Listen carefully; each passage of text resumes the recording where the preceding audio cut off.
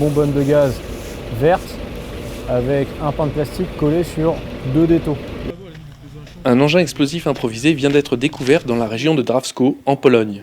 Le risque pourrait être biologique ou chimique. Le bataillon NRBC doit intervenir aux côtés des démineurs.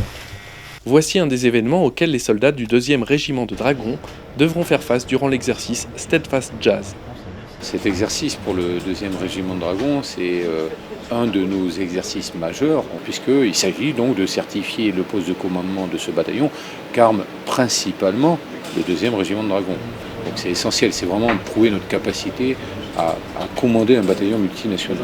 On a des évaluateurs qui sont en permanence au sein de notre poste de commandement, mais aussi auprès des équipes sur le terrain, qui vérifient que le bataillon remplit bien tous les critères.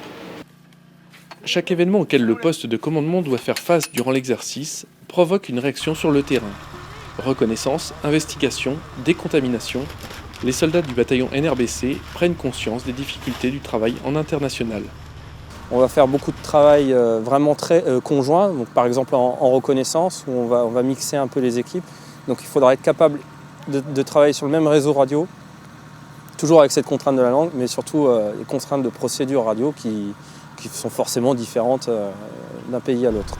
J'ai fait travailler une de mes patrouilles de reconnaissance avec une patrouille de reconnaissance slovaque.